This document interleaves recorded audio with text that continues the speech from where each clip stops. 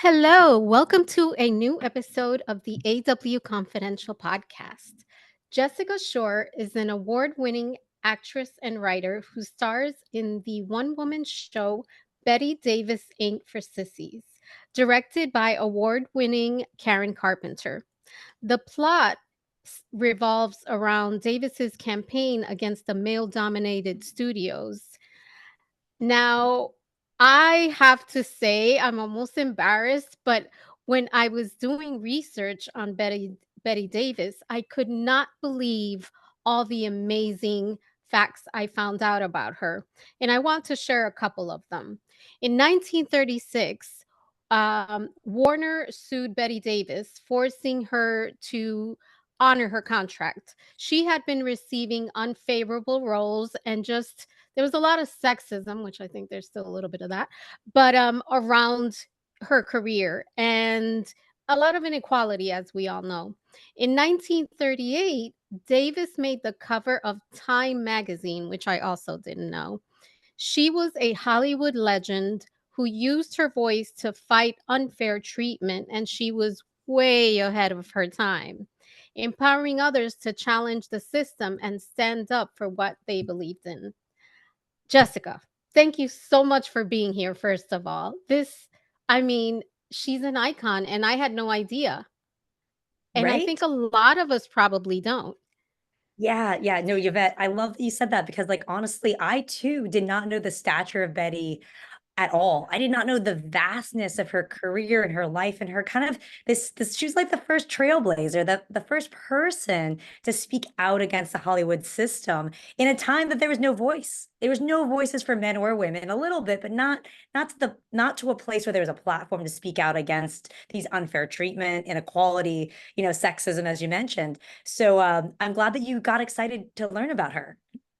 Absolutely. Now, while you were working on this project, I imagine, like you just said, you learned some things about her. What was the most surprising for you, or could be surprising for us that you learned about her that you can share? Yeah, I guess, I had this thought process that Betty came from this regal family and this lavish life. And when I started doing research, I found out that she was raised by a single mom. Like her dad left when they What? were kids. Yeah, she has this moment in her book where she says, we went to the train station. I said goodbye to my father, not realizing I wouldn't speak to him again. And she spoke to him about maybe four, maybe five times throughout her life, but he wasn't in her life. And the mom, Ruthie Davis, took those two little girls as her and her sister Bobby, and she would put them in the car and say, "All right, girls, we're going on an adventure." And Ruthie really curated these young girls' lives. She was a single mom, but she would set up shop, taking photographs of families, so she could take the kids anywhere. And she really believed in Betty. And it just gave me the chills to think that her mom was able to kind of give herself to her kids and be a single mother in that time period was almost unheard of. So I was kind of shocked about that Betty truly, like, a lot of her fire isn't because she had all the support. It's the opposite. She had less support and she became this fiery, incredible icon who can speak up for herself and others. I got chills when you said that. I had no idea, and I have I'm grateful because I get to share these stories about other incredible women. First of all, a single mom during that time, I it was unheard of. Yeah. So thank you for sharing that. I really appreciate it. Now, I imagine that when you do any role, just like I do research for my interviews, you have to do research for your parts.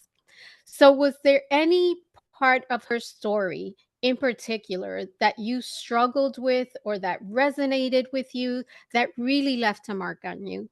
As a woman, I can imagine. Yeah, I mean, I definitely, I had to deep dive into this unfair treatment of a star, which you see her on in her films, and she's incredible. She's an incredible actress. She has star qualities, and she had this ability to really push herself in a way that no one else wanted to be pushed, but that was a self like passion. So I felt really interested as the actress in me, like, where's my passion? And I like Betty Davis. I'm very passionate. I go after things. I was actually dared to write a solo show, and that's how this whole crazy thing even happened. Someone in my life dared me to write a solo show, and I did. And so we were both fiery. So when I was researching about Betty and learning about her fire, I became intoxicated by her fire. She truly is unlike others. And, it's like if we all had our own fire of what you love and how you're passionate, it does show up in your life or in your personal life. And I love that Betty's fire, I learned kind of like as a mentor would learn from like someone who teaches them. I felt that Betty taught me so much about wisdom, confidence, believing in yourself. And ultimately I became a better actress because I've studied Betty and I am Betty. And I think she likes it that way. I love that. I love that. Was there anything in particular that you sort of struggled connecting with about her story? Yeah, I mean, she's bigger than I mean, she's a bigger icon than I am. And, I had Hey, to don't say that, you're an icon in your own right. that's right. Thank you, Yvette. You are right. She she had an audience that I hadn't really understood the power of her audience yet. Mm. So, she as I started research, I realized she has a huge audience. I mean, people love Betty since the 1930s, the 40s, the 50s. Even when she did Baby Jane, which is later in her career, she had another huge audience. So I had to like kind of struggle with the idea of how big she is. I didn't Mhm. want to play her as like this like drunk drag queen Betty because she gets stuck as drunk drag queen.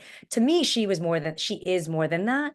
Betty is young and feisty, and I wanted to take the character from that point of view. So I struggled with letting myself choose the Betty I wanted to play. People expect her to be drunk drag queen Betty, and I'm not that. I'm like her and feisty and have this young sense of like, how can I trailblaze and be like Betty Davis, larger than life, as she one of her famous quotes, "I am larger than life." But it was hard. I had to struggle with the idea that like people are going to judge whatever you do, and when you play an icon, people can have their Mm. thoughts. In the beginning, it was hard because I wasn't Betty yet. I've done over 450 shows. Like I am now Betty. When I first started, I wasn't yet. And I think people had Mm. unfortunately, people don't realize that craftsmanship takes years. I mean, now it's been over 10 years I've been performing. So like I'm marinated in the role of Betty Davis. So it took time. It takes time. I'd be really patient with myself to let myself find Betty as not the big star, as the one who's like just like you and me. She was a woman with greater ideas and grander, like she was that first. And And let dreams. myself yeah, she had dreams. She had dreams. And Hollywood, unfortunately, in my play, you really see how Hollywood changes her. She's Oh, this so you go into depth about that experience as well? lately. Like my show starts as like where what her struggles in Hollywood, but it really dives into a deep sense of like the star versus the real woman. She had 4 marriages, she had 3 abortions, she had a daughter who stopped talking to her, she had so much grief in her life, but also became this prolific actress. So I have both, and Wow.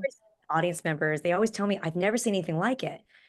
I went on the ride with you, like I laughed and I cried. What is that? I said it's tragic comedy or it's dramedy. Like it's not just one thing because it is her life was very dramatic, but also very funny. And I think the universality of all of us is like we are drama and we are comedy, like we're all of it. Like we really That have is so art. true. Yeah, right. That is Tragic so comedy. true. Oh, I'm laughing because I don't wanna cry. It's like you're right, absolutely right. Now, I imagine doing something like this, you have to tap into different emotions. Yeah. How do you how is that process? How do you tap into, that joy and that sadness? Because it's a little bit of both.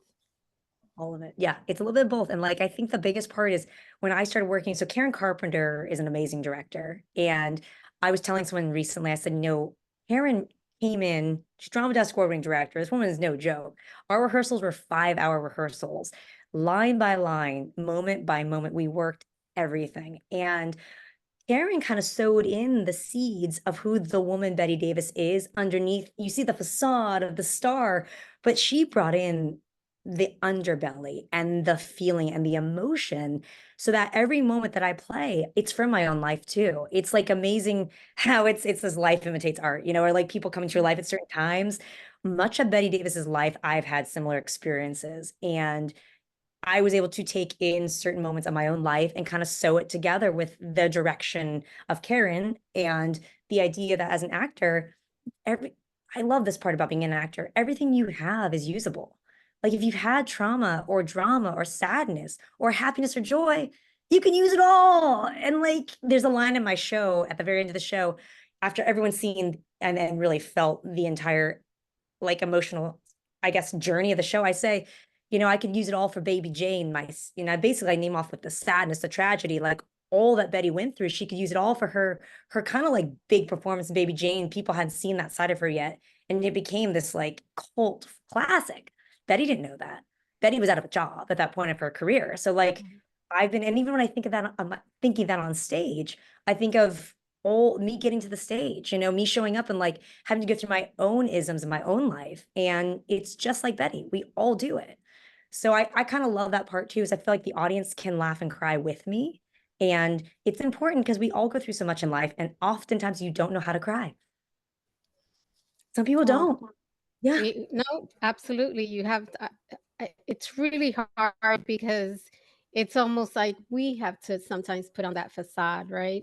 We have to be tough. We have to push through. And you're right. I love that you were able to show that on stage, and it must be pretty powerful. Now, Yeah. she, as we mentioned, she was so ahead of her time, and she was fighting sexism and inequality. She was trying to at the same time fit a marriage and motherhood. And as you said, she married and divorced 4 times. Men were a big part of her life, yet she was able to have this career in the midst of all this craziness during that period, which honestly, I can't, it's hard for me to wrap my head around it because, I think about even, our moms, you know, and I'm like, how is that, what was that world like? Now, do you think, I don't know why this came to mind, but do you think that as women, we can have success at home and at work at the same time? I have major feelings about that because I actually noticed in Betty's life, she was super successful star, but home life tragic.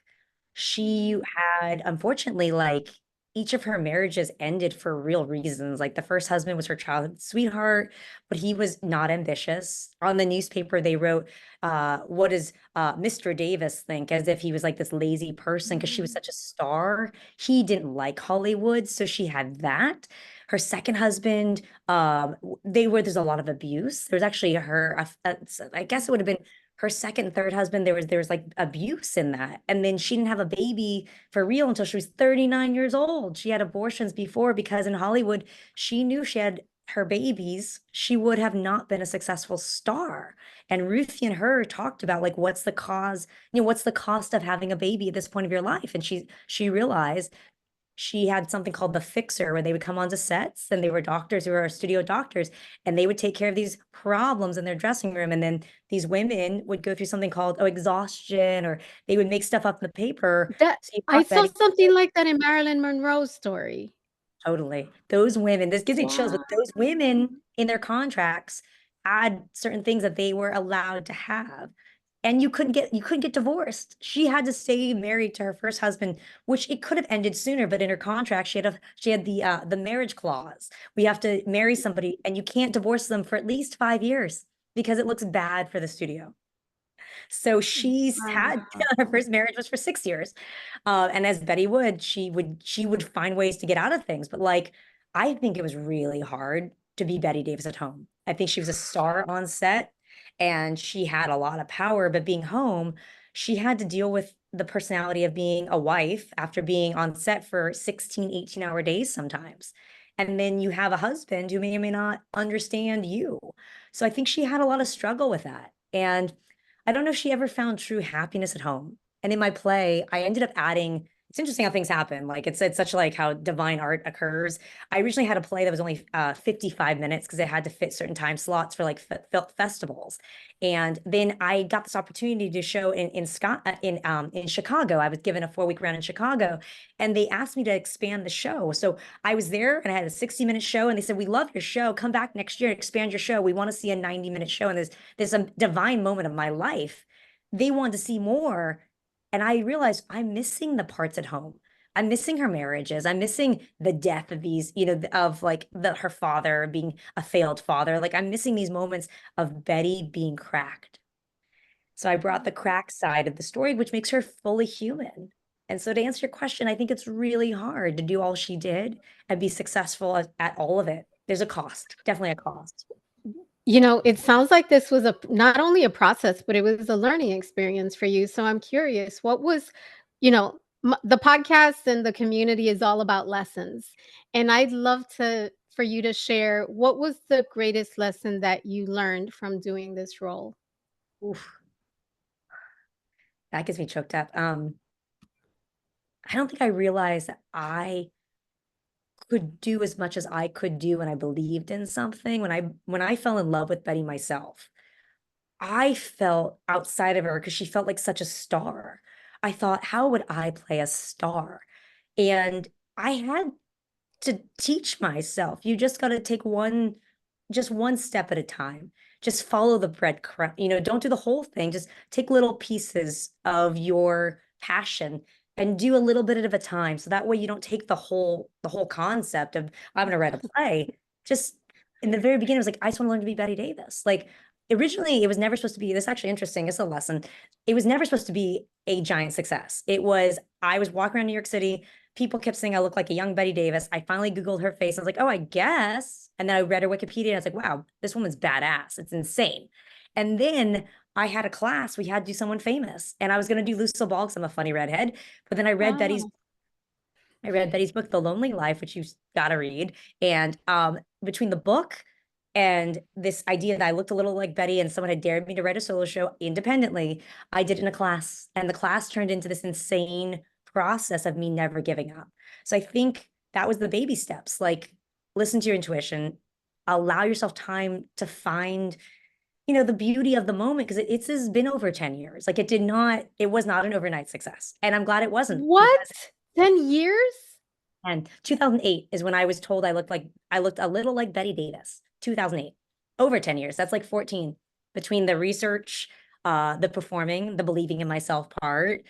And then yes. So I've now performed anywhere in 500, 800,000 seat theaters now. I do it in the Upper West Side, this beautiful 100-seat theater. We sell out now.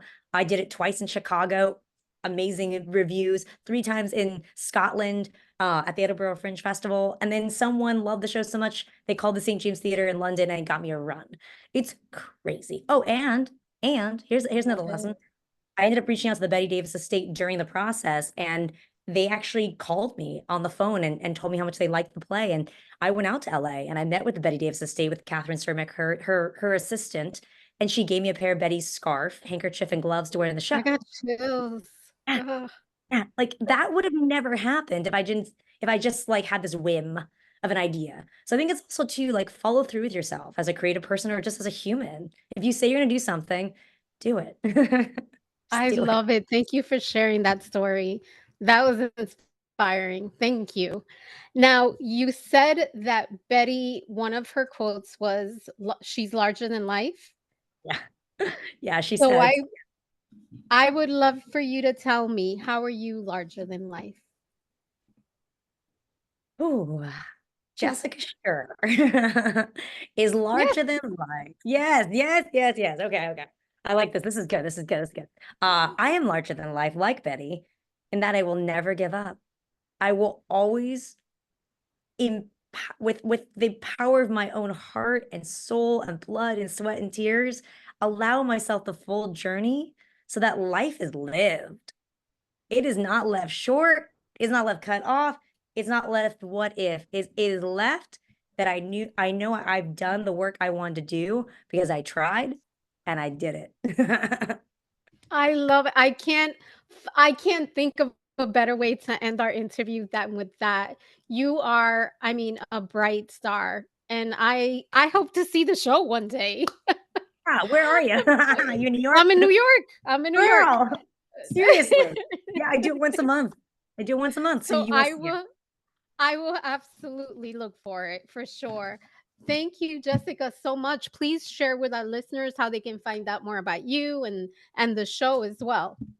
Absolutely. So the good thing is I dared myself to do a show in New York City all the way through this year. So you can see there's one show a month, which is easy peasy. It's going to be at the Triad Theater on West 72nd Street. Easy peasy. My next show, well, you can go on the website so you can see the shows, but my website for the show is just www.betty with an E, Bette Davis, Davis Ain't, AINT, FORSISSISSIES.com. Bette Davis Ain't for Sissies.com. And then my website, which has, I also do other film and TV as well as producing, is jessicasherr.com, JESSICASHERR.com. And you can find me on Instagram at Jessica_Sherr, as well as Bette Davis Ain't for Sissies on Insta. I love that. Thank you so much, Jessica, for sharing your gift, your stories, and your process with us. Thank you. Thank you, Yvette. And thank you, loves, for joining us on this empowering and inspiring episode of AW Confidential. Talk to you soon.